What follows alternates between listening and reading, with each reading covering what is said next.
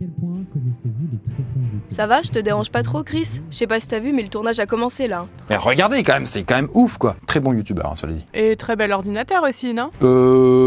Effectivement.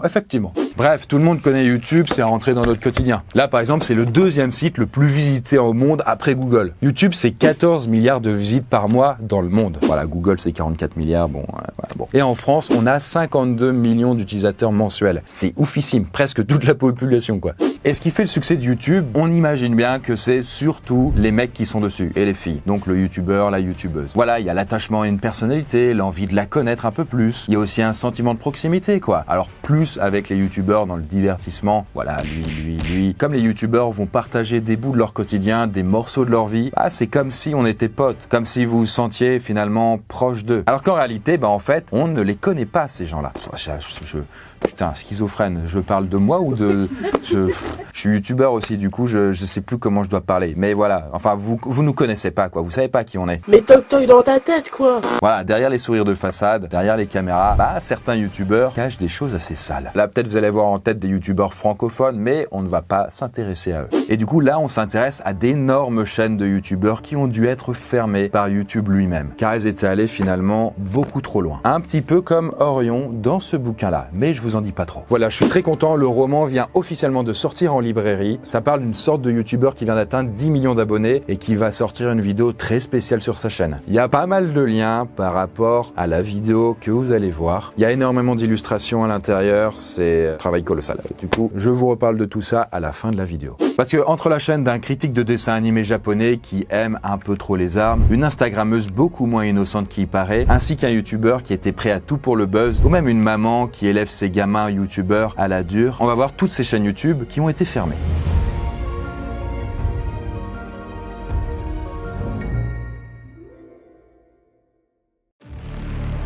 I'm J-Station. Bon, certains youtubeurs aiment bien quand même aller au-delà de leur limite. Un peu comme le Canadien Jason Atier. Il a eu une première chaîne en 2015 qui s'appelait J-Station. À ce moment-là, il se spécialise dans les défis, les canulars et les challenges extrêmes, quoi. Il réalise par exemple des vidéos en 24 heures challenge. Bon, voilà, il se met en scène dans des lieux interdits de nuit, comme une église, une école, un refuge de sans-abri, ou même chez des inconnus. Et puis finalement, la police l'arrête et il est obligé de fermer sa chaîne. Et puis finalement, il en rouvre une autre qui va s'appeler I'm J-Station. Donc voilà, c'est exactement la même chose, c'est juste qu'il a rajouté IM devant. Ah ouais, il s'est pas foulé le gars. Pourquoi changer une recette qui gagne, quoi? Et donc, grâce à son contenu fou et assez osé, il avait déjà une bonne base de fans, on va dire. Parce que si sa première chaîne avait atteint 360 000 abonnés avant que ça schlac, eh bien, il en prend 100 000 en une journée sur sa nouvelle chaîne. Et là, le succès est rapidement au rendez-vous, presque 6 millions d'abonnés. Là, il met quelques années pour les faire, quand même. Et il tape fort en créant un format qui va revenir de manière récurrente sur sa chaîne. Les vidéos de 3h du matin.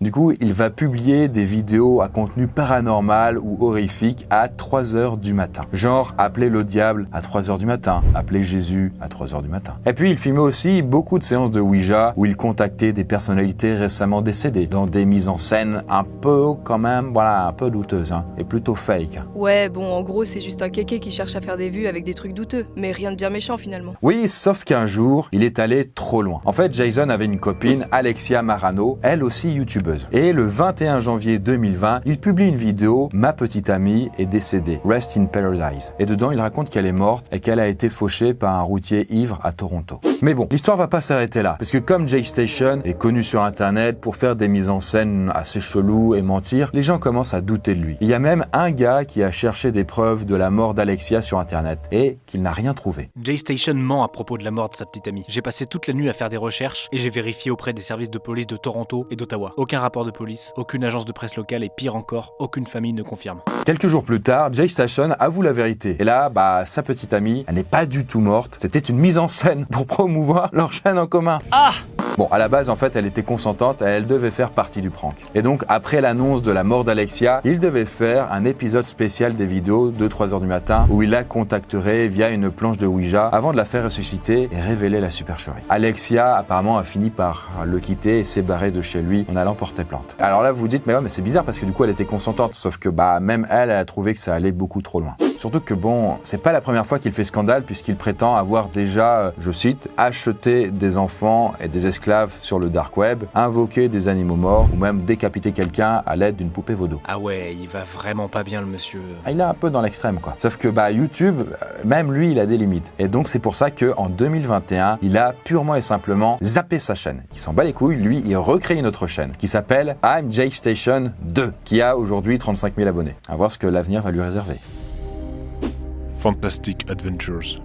Bon, il y a un problème sur YouTube et c'est les chaînes qu'on appelle pour enfants. Parce que entre les abus de pouvoir, les gains d'argent aléatoires, les horaires à rallonge, c'est difficile de savoir où commence et où va s'arrêter la maltraitance. Voilà, on peut avoir des cas connus, par exemple Daddy05. Eux, ils avaient un peu l'habitude de filmer des canulars de mauvais goût avec leurs 2 enfants de 9 et 12 ans. Genre, ils leur faisaient croire qu'ils étaient adoptés, ils pétaient leur console de jeu, ce genre de choses. Et après avoir été dénoncés par un autre YouTuber à 6 millions d'abonnés, ils ont fini par perdre la garde de leur enfant en 2017.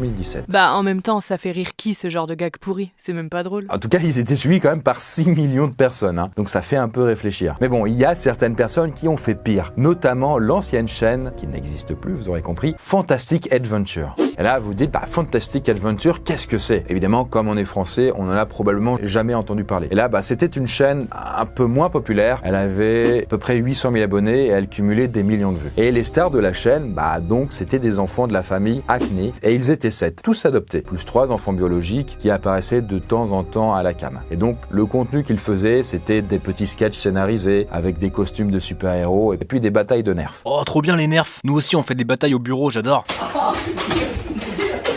Mais du coup, là, c'était pas la même ambiance. En gros, la mère, qui s'appelait Michelle Acne Hobson, elle est accusée de maltraitance, d'agression sexuelle, de négligence et d'emprisonnement. En effet, si les enfants ne voulaient pas être filmés ou jouaient mal selon les critères de Michel, ils pouvaient être battus à coups de cintre, de ceinture et d'autres objets contendants. Ils étaient déscolarisés et privés d'eau ainsi que de nourriture, et ce parfois pendant plusieurs jours dans une pièce isolée. Ils pouvaient aussi être forcés de prendre des bains d'eau glacée avec la tête maintenue sous l'eau pour leur faire peur. Et aussi, dans le genre sympa, les gamins pouvaient être gazés avec une bombe au poivre. Ah ouais, elle y va pas de main morte, la daronne. Et c'est d'ailleurs une des filles biologiques qui a prévenu la police, qui a du coup dénoncé sa mère en mars 2019. Et là, quand la police est arrivée, ils ont retrouvé un gamin isolé dans un placard, plus 6 autres gamins dénutris, avec le teint pâle, des cernes sous les yeux, un poids faible. Ils ont déclaré qu'ils avaient faim et soif. Et les gamins, ils sont devenus quoi dans cette histoire? En fait, les enfants ont été remis aux services sociaux et donc actuellement ils sont toujours à la recherche d'une famille. Et la chaîne, elle a été supprimée et ne rapporte plus, heureusement, aucun centime. Et concernant les 2 fils aînés biologiques, Ryan et Logan, ils ont été accusés de non-assistance à personne en danger avant d'être finalement relâchés. Parce que du coup, pour bien saisir, les 3 enfants biologiques ne participaient pas trop à YouTube et il est possible que du coup, il y a un petit traitement de faveur quand même, envers eux, alors que les enfants adoptés, eux, ils prenaient cher, quoi. Et ils rapportaient de la thune, surtout. Et puis, finalement, justement, la mère, Michelle, est finalement décédée à cause de soucis de santé en novembre 2019. Voilà, au début, elle faisait de la prison et puis ils ont dû l'envoyer à un hôpital parce que ses problèmes de santé étaient trop graves et du coup elle est morte dans l'hosto. Et là du coup peut-être il y a une dernière question à se poser, à qui revient l'argent qui a été généré avec la chaîne? Est-ce que c'est à ses fils biologiques? Est-ce que c'est aux enfants adoptés? Ça, ce sera peut-être à la justice de trancher. Mister Animé. Bon, vous savez, Internet, c'est un repère d'illuminés avec des tarés un peu partout qui ont tendance à souvent parler de leur passion, notamment celle des armes à feu. Et c'est le cas par exemple de Trey Eric Sessler, plus connu sous le nom de Mister Anime. Et lui, c'est un youtubeur assez régulier, il a sorti à peu près 300 vidéos en 5 ans. Du coup, dedans, il faisait des critiques d'animés, des jeux vidéo et puis des sketchs. Et puis en fait, avec le temps, avec l'âge, tout ça, il s'est fait une bonne réputation, le mec. Il était simple, professionnel, avec une petite communauté de fidèles, bref, tout allait bien. Sauf que il a fini par vriller. C'est-à-dire En fait, on est aux États-Unis. Il y a quand même là-bas une certaine fascination pour les armes à feu, si tu vois ce que je veux dire. How you doing today, guys? Et dans plus en plus de vidéos, Eric s'illustre avec des armes, dans des sketchs un peu gênants. On le voit par exemple en train de commenter ses armes, ou même en train de tirer dans des lieux désaffectés. Et donc, à mesure que les gens le voient avec des guns et compagnie, ils trouvent qu'il est moins pertinent à parler d'animé, quoi. On sait plus si c'est une chaîne sur les armes ou une chaîne sur les mangas, quoi, au bout d'un moment. Et puis, Eric développe de nouvelles passions. Il s'amuse par exemple à allumer des petits feux de forêt ou même à torturer des animaux, dont probablement son lapin. Dis bonjour, Noupi. comprends rien, les cons. En parallèle de ça, en fait, il se renseigne de plus en plus sur des tueurs en série, mais aussi des fusillades dans des lycées, notamment celle de Columbine.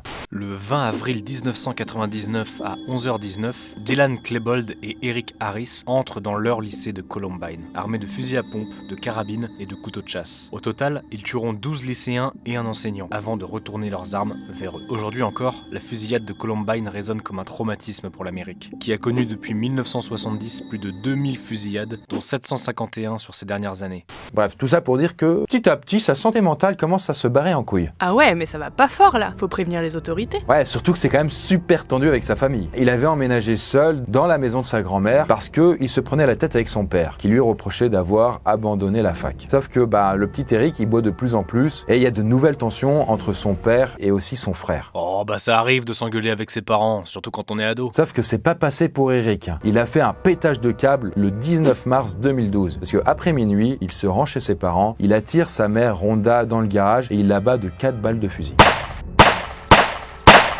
Et à cause du bruit, son frère Mark va dans le garage. Là, Eric lui tire dessus, sauf qu'il ne le tue pas et ce qui laisse le temps à Mark de se réfugier dans une autre pièce. Suite à ça, du coup, Eric monte à l'étage, il va dans la chambre de ses parents, il tue son père qui était en train de dormir. Eric redescend, il va dans la pièce où s'est enfermé son frère et qui est la salle de bain, il défonce la porte et il l'abat à son tour. D'ailleurs, parce qu'on fait pas les choses à moitié, il a aussi buté le furet et les poissons de la famille. Il a ensuite pris sa voiture et il a chargé un fusil à carabine et sans munitions. Direction son lycée. Ah oui, donc ça y est, le gars est en roue libre totale, il veut buter tout le monde. Écoute, heureusement, il a abandonné cette idée. Et il a été arrêté par la police sur le parking de son lycée. Et du coup, le 2 août 2012, il plaide coupable et il est condamné à la prison à vie. Et en fait, Eric dira qu'il a tué sa famille parce qu'il ne voulait pas qu'il soit témoin de la fusillade qu'il comptait faire dans le lycée. Lui, il va en prison, mais seulement 8 ans plus tard, sa chaîne sera fermée. Yo stop. Bon, cette fois-ci, on va parler d'une ancienne star de YouTube, une nana qui avait 8 millions d'abonnés. Bon, elle est absolument inconnue en France, mais elle est méga connue au Mexique. Et elle s'appelle Yoselin Hoffman Badawi, ou son pseudo Yo Stop, qui est une actrice, animatrice, femme d'affaires et youtubeuse, quoi. Bon, elle veut devenir animatrice, mais elle est multicasquette. Elle se fait repérer et elle participe finalement à des émissions sur l'aspect écriture, donc elle est vraiment dans les coulisses, et même aussi au niveau de la production. Elle fait plein de trucs, quoi. Ouais, donc la meuf veut briller, quoi, être une vraie star. Du coup, oui, parce qu'en fait, être dans les coulisses, c'est sympa, mais elle a aussi envie de briller sur la scène. Et c'est pour ça qu'elle lance sa chaîne YouTube en 2011. Comme moi, quoi, en fait. On s'en branle. Bon, au début, c'est juste pour faire de la promo des émissions où elle bosse, quoi. Et puis, il y a une publication de plus en plus de sketchs humoristiques où elle se met en scène. Il y a des ajouts de vlogs, de son quotidien, de ses voyages. En effet, Yoselin est une personnalité très active et impliquée. Sur internet, elle a produit, réalisé et joué dans 3 web-séries, Desuplicados, Loop et Unfollow. À côté, elle a aussi investi dans son propre salon de beauté au Mexique, GY Experience, qui a très bonne presse. Elle est tellement populaire qu'elle a même co-présenté les MTV Millennial Awards, une cérémonie de récompense pour célébrités du net avec la superstar colombienne Maluma. Bref, vous l'avez compris, elle est vraiment partout, quoi. Attends, ça se profile bien cette histoire. Et où est-ce que ça a merdé ? Justement, j'y viens. En juin 2021, Yo Stop est arrêtée chez elle pour possession d'images pédopornographiques. Pour resituer un peu le contexte, revenons à mai 2018. On a une jeune femme mineure du nom de Ainara qui se rend à une soirée. Elle y rencontre alors plusieurs personnes, dont 4 gars. Et ils se bourrent la gueule tous ensemble. Pour l'instant, ça va. Les 4 gars enfoncent une bouteille de champagne dans le vagin de la demoiselle. Et là, ça va beaucoup moins. Ce qu'on pourrait appeler du coup clairement un... Sauf que toute la scène est filmée, elle est envoyée à des gens, dont Yo Stop. Rassure-moi et dis-moi qu'elle est tout de suite allée à la police pour dénoncer ça. Bien au contraire. En gros, Yo Stop va publier une vidéo qui s'appelle Pathétique Génération, où elle va commenter les actions d'Ainara. Et en fait, pire que ça, elle va pas accuser les gars, et elle va plutôt traiter la jeune de salope ou de pute. Et grosso modo, bien faire comprendre que c'est sa faute à elle. Et d'ailleurs, Yo Stop dit aussi qu'elle a reçu et stocké la vidéo directement sur son téléphone. Et ça, forcément, ça n'a pas trop plu à la principale concernée, c'est-à-dire Ainara. Elle va subir un harcèlement des abonnés de Yo Stop qui allait l'insulter gratuitement. D'ailleurs, suite à ça, la vidéo a été reprise et diffusée sur des sites pornographiques. Bon, voilà, il y a eu quand même aussi un dépôt de plainte contre Yo Stop, mais aussi des voleurs qui, eux, n'ont jamais été arrêtés. Voilà, aujourd'hui, Yo Stop est sorti de prison après 5 mois à peine passés dans un centre de détention pour femmes. YouTube, ils ont pas trop aimé le comportement, ils ont supprimé directement toutes ses chaînes YouTube. Mais, son compte Insta est toujours actif. À l'heure actuelle, elle est enceinte et elle semble vivre sa meilleure vie. Donc elle ne semble pas avoir vécu de vraies punitions.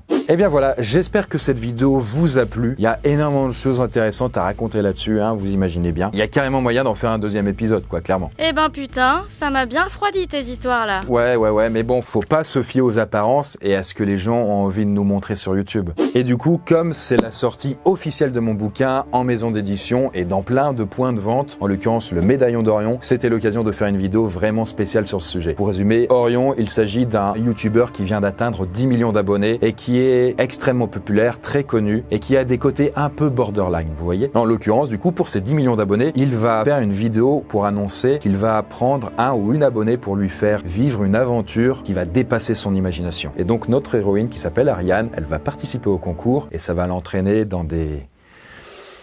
Merci pour le suspense insoutenable! Dans des choses auxquelles elle ne s'attendait pas, et notamment prendre possession d'un mystérieux médaillon. Donc voilà, le livre est sorti, il fait 500 pages, il y a des illustrations quasiment à toutes les pages, il y a même une application musicale pour pouvoir écouter plein de musique en même temps que le roman, bref. Voilà, je suis très heureux en fait du coup d'avoir sorti ce livre, c'est aux éditions First. Bon voilà, si vous aimez YouTube, que vous aimez cette atmosphère-là, n'hésitez pas à aller lire le Médaillon d'Orion. Sur ce, nous, on se retrouve pour une prochaine vidéo, et moi je vous dis à très bientôt.